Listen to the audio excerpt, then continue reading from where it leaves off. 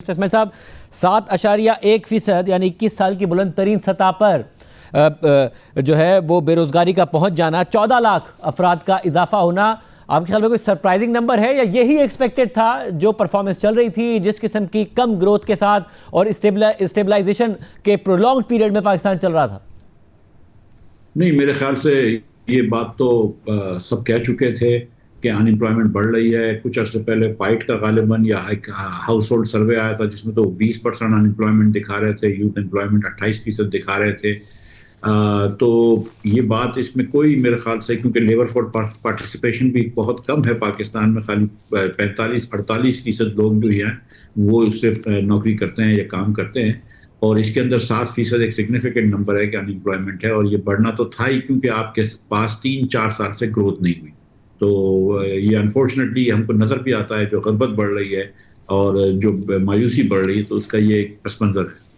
اور صاحب، اور اس کے ساتھ ساتھ اب ظاہر ایسا نہیں ہے کہ صرف ان امپلائمنٹ رہی ہو، لوگ بے روزگار ہوئے، اکنامک ایکٹیویٹی نہیں تھی، مگر انفلیشن کا ایک بہت ہائی پیریڈ دیکھا اس سال سے پہلے،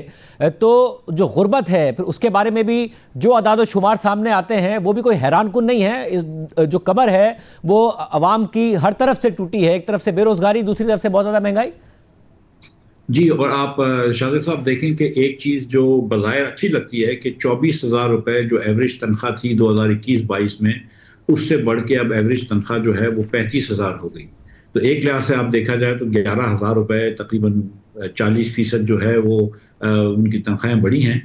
یا شاید 38,000 ہو گئی ہے، 14,000 روپے تنخواہیں بڑھی ہیں ان کی، ہمارے ایوریج ورکر کی۔ لیکن اگر آپ اس کو اس انفلیشن کے پس منظر میں دیکھیں جس میں 12%، 20%، 24% اور اس بار 5% انفلیشن ہے، تو پتہ چلتی ہے کہ تنخواہ بھی کم ہو گئی ہے، کہ آج سے 2021 میں جو 37,000 روپے 21,000 روپے کما رہا تھا، وہ زیادہ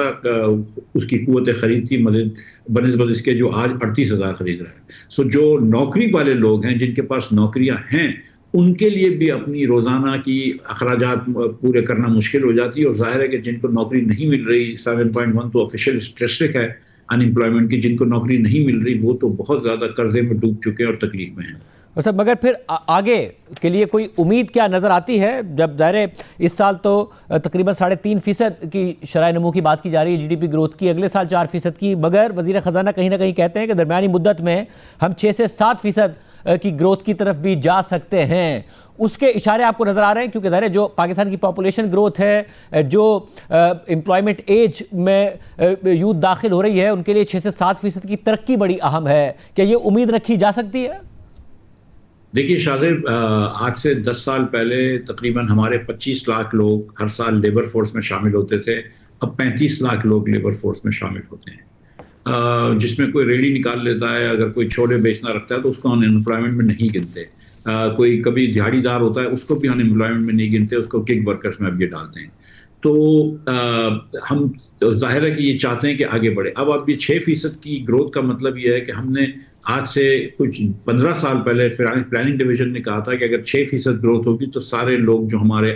جو امپلائمنٹ اس میں آ رہے ہیں، جو لیبر فورس میں آتے ہیں ہر سال، ہم ان کو ایبزارب کر سکیں گے۔ اب جو لیبر فورس میں بچے آ رہے ہیں وہ 35 لاکھ ہو گئے، 25 لاکھ سے بڑھ کے 35 لاکھ ہو رہے ہیں، آگے آنے والے سالوں میں وہ شاید 40 لاکھ 45 لاکھ ہو جائیں گے۔ تو ہم کو سبسٹینشل گروتھ چاہیے، لیکن اب جیسا ہم نے آپ کے پچھلے شو میں آپ نے اور میں نے بات کی تھی کہ جہاں پہ امپورٹ بڑھ رہی ہے، 17% امپورٹ پہلے 4 مہینے میں بڑھی ہے، گڈس کی امپورٹ ہماری 4% سے کم ہوئی ہے، تو ہم کو نہ تو کہ بوم نظر آ رہا ہے جس کے بعد بسٹ ہو، بلکہ ہم کو لگ رہا ہے کہ شاید مسائل بڑھ جائیں۔ روپیہ آلریڈی لوگ کہتے ہیں کہ 2021 کے 2011 کے تناسب سے تھوڑا سا 4% بڑھا ہوا ہے، جس کو وہ کہتے ہیں ریئر کہتے ہیں۔ تو آلریڈی ایسا لگ رہا ہے کہ گروتھ تو نہیں آئے گی، لیکن کوئی اگر تھوڑی سی بھی ایکسپینشن ہو جاتی ہے اکانومی میں تو واپس سے ہم تکلیف میں پھنس جائیں۔ تو 6% کا تو کوئی دور دور تک آثار نہیں آ رہا نظر، جب تک کہ کوئی اسٹرکچرل چینجز نہ کیے جائیں، جو کہ اب تک حکومت نے کوئی اپنا اسٹرکچرل چینجز کے بارے میں کوئی پیش رفت نہیں کی۔ مگر جو ظاہر ٹریڈ ڈیفیسٹ میں اضافہ ہوا ہے، ہم نے $3 ارب سے اوپر کا ڈیفیسٹ دیکھ رہے ہیں، اکتوبر میں بہت زیادہ ہائی ڈیفیسٹ آیا، بٹ یہ جو نمبرز ہیں یہ آپ سمجھتے ہیں کہ کیونکہ ریمیٹنسز ہائر سائٹ پر ہیں کہ یہ کم از کم ایک سسٹینیبل نمبر ہے کہ 6 ارب ڈالر کی امپورٹ ہو اور 3 ارب ڈالر کا اگر ٹریڈ ڈیفیسٹ ہو تو وہ ریمیٹنسز سے ہم ایک چھوٹے کرنٹ اکاؤنٹ ڈیفیسٹ کے ساتھ یہ سسٹین کر سکتے ہیں؟ گروتھ کے بغیر ہم سسٹین کر سکتے ہیں شاید، کیونکہ شاید ہم نے یہ فیصلہ کر لیا کہ ہم گروتھ کے بغیر رہیں گے، لیکن جو کرنے کے کام ہیں مثال کے طور پہ NFC ایوارڈ کے اندر صوبوں کو شیئر کو کم کرنا، ٹیکس ریٹس کو کم کرنا، حکومت کے وفاق کی حکومت کے اخراجات کم کرنا، پرائیویٹائزیشن کرنا، حکومت کے اندر جو نفری ہے اس کو کم کرنا، بجلی کے ریٹس کم کرنا، بجلی کے اندر نجکاری کرنا، جو کرنے کے کام میں وہ ہم نہیں کرتے۔ ٹیکس ریٹس کو ہم پھیلانے کی بات کر رہے ہیں، آپ دیکھیں ہم نے پھر ایگریکلچر ٹیکس جو ہے وہ مؤخر کر دیا۔ تو ہم نے یہ سوچ لیا ہے کہ اگر 1 لاکھ روپے کی کوئی کام کرتا ہے کسی شہر کے اندر تو اس سے ہم ٹیکس لیں گے، 50,000 روپے کوئی کام کرے گا مہینے کا کمائے گا اس سے ہم ٹیکس لیں گے، لیکن کسی کی 1000 ایکڑ کی اراضی ہوگی اس سے ہم ٹیکس نہیں لیں گے۔ اس کے بعد ہم یہ بھی چیزیں کرتے رہتے ہیں جو IMF گورننس کی رپورٹ میں آیا کہ 5%، 6%، 5 سے لے کے 6.5% ہماری GDP جو ہے وہ ہر سال نقصان کر دیتے ہیں کرپشن اور گورننس کے ایشوز کے اندر۔ تو ہم نے جب تک وہ چیزوں کو ٹیکل نہیں کرنا ہے ہم کیسے اس طرح گروتھ کی طرف جا سکتے ہیں؟ تو مجھے نہیں لگ رہا کہ ہم گروتھ کی طرف جانے کے لیے بالکل تیار ہیں۔ صاحب میں اس پہ آپ کا کامنٹ بھی چاہوں گا کہ جو IMF کہتا ہے کہ پاکستان تقریباً 6.5% جو اپنا GDP ہے وہ ضائع کرتا ہے کرپشن اور جو ایلیٹ کیپچر ہے وہ بھی جو ہے گروتھ میں رکاوٹ بنتا ہے، کیونکہ آپ وزیر خزانہ رہے ہیں، آپ نے نظام دیکھا ہے، یہ کس طریقے سے جو ہے یہ نقصان ہوتا ہے یہ اور کس طریقے سے اس نقصان سے بچا جا سکتا ہے؟ کیونکہ متعدد حکومتیں یہ دعوے کر چکی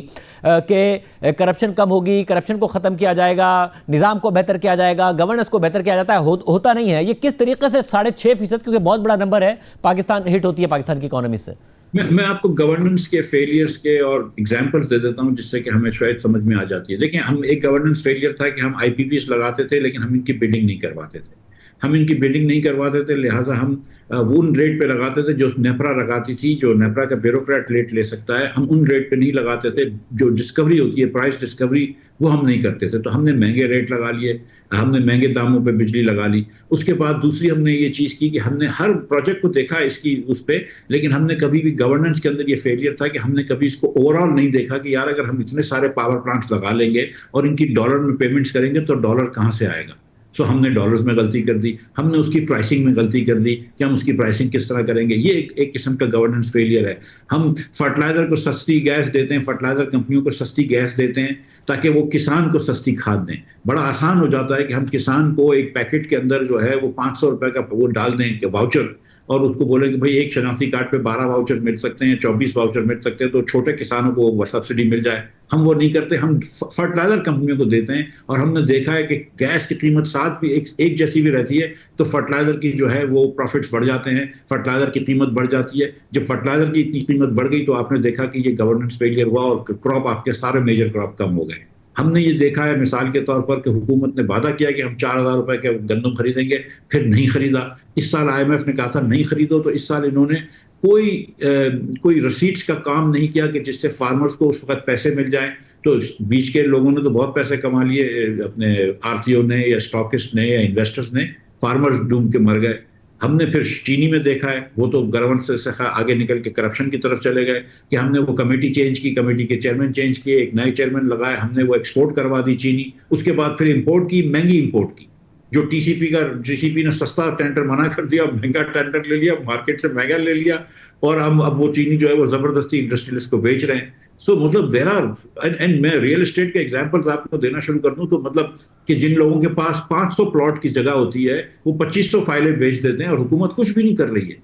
بھائی حکومت کو یہ رول لگانا چاہیے کہ کوئی آدمی اپنے پلاٹس نہیں بیچ سکتا فائلیں جب تک کہ حکومت پرمیشن نہ دے، اور یہ ایک چیز نہ دیکھے کہ آپ کے پاس اگر 500 کنال زمین ہے اور آپ 1 کنال کا ایک پلاٹ بیچ رہے ہیں تو آپ 2500 فائلیں نہیں بیچ سکتے۔ یہ جو لوگ، جو بڑے بڑے لوگ ہیں، ان میں سے کنہوں نے یہ نہیں کیا ہے؟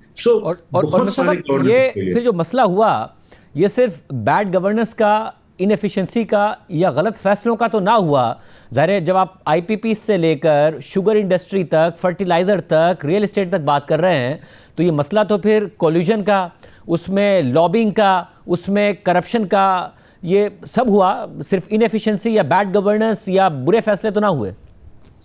دیکھیے میں سمجھتا ہوں کہ اس میں برے فیصلے بھی ہوتے ہیں، یہ ہر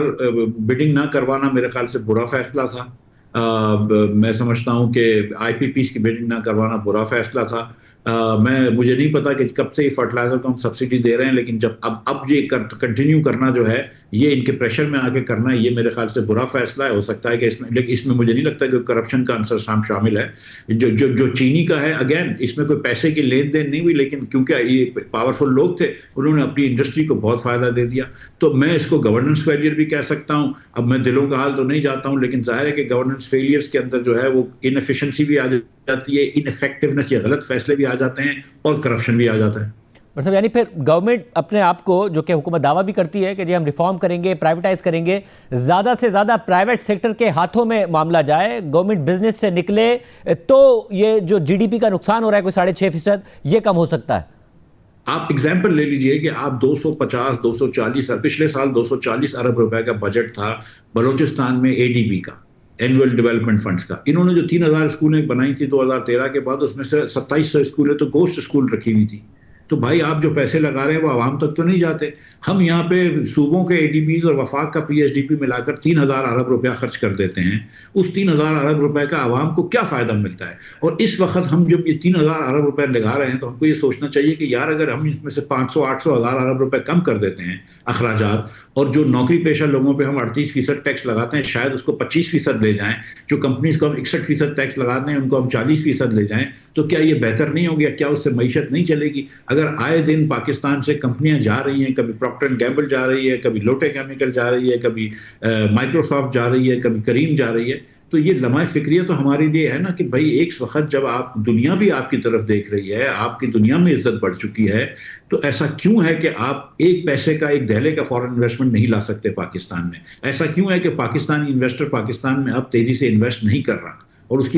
کی وجہ سے انمپلائمنٹ بڑھ رہی ہے, جو ہم نے بات کی ہے کہ لیبر, آپ کی انمپلائمنٹ بڑھ گئی ہے, آپ کی غربت بڑھ گئی ہے, آپ کی میل نیوٹریشن بڑھ گیا ہے. تو یہ سب چیزوں کو ہم دیکھتے ہوئے اگر ہم اس حکومت کو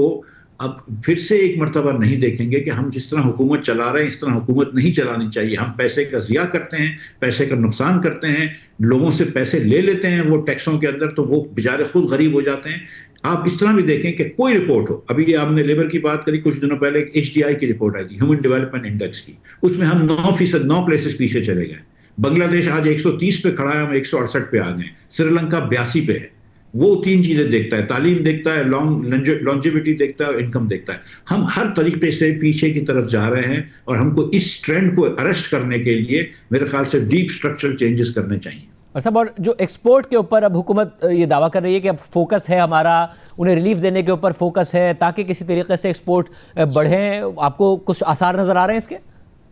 دیکھیے ایک چیز جو میرے خیال سے احسن قدم کل شہباز صاحب نے اٹھایا ہے, میں یہ تعریف کرتے چلوں, اور میرے بھائی مصدق ذوالقرنین جو کہ کمیٹی کے چیئرمین تھے, انٹرلوپ کے مینیجنگ ڈائریکٹر, ان کی ریکمنڈیشن پہ کوئی ایکسپورٹ ڈیولپمنٹ سرچارج تھا